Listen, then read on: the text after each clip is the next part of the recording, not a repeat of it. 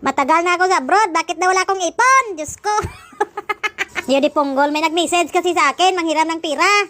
Tapos sabi ko, wala akong may pahiram. Sabi niya, ha? Matagal ka na sa abroad, wala ka talagang ipon kahit kunti. Ay sana all, hiyang-hiya naman ako. Tapos meron din akong isang kaibigan. Nag-message sa akin, ang hiram daw ng pira at wala na naman akong may pahiram. Diyos ko, porsanto. Noon, mahilig yan sila mag-heart-heart sa post ko. Pero nung tinanggihan ko na wala akong may pahiram, ngayon hindi ko na sila makita. Bahala ko sa buhay nyo. Ang mahalaga, ambisyosa tayo kahit walang ipon. Diba guys? Wala namang bayad, mangarap ng gising.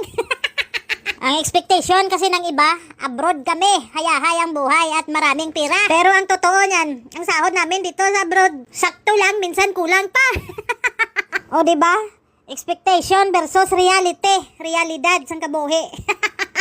Ikaw ang siyang Sinubok na ng panahon, mas pinalakas lalo dahil sa Panginoon. Siya ang nagbigay kulay sa ating buhay, ating gabay upang magpatuloy mula pa noon. Sinubok na ng panahon, mas pinalakas lalo dahil sa Panginoon. Siya ang nagbigay kulay sa ating buhay, ating gabay upang magpatuloy mula pa noon. tuloy lang sa paglayag hanggang makita ang liwanag na ninanais mo sa buhay na panatag.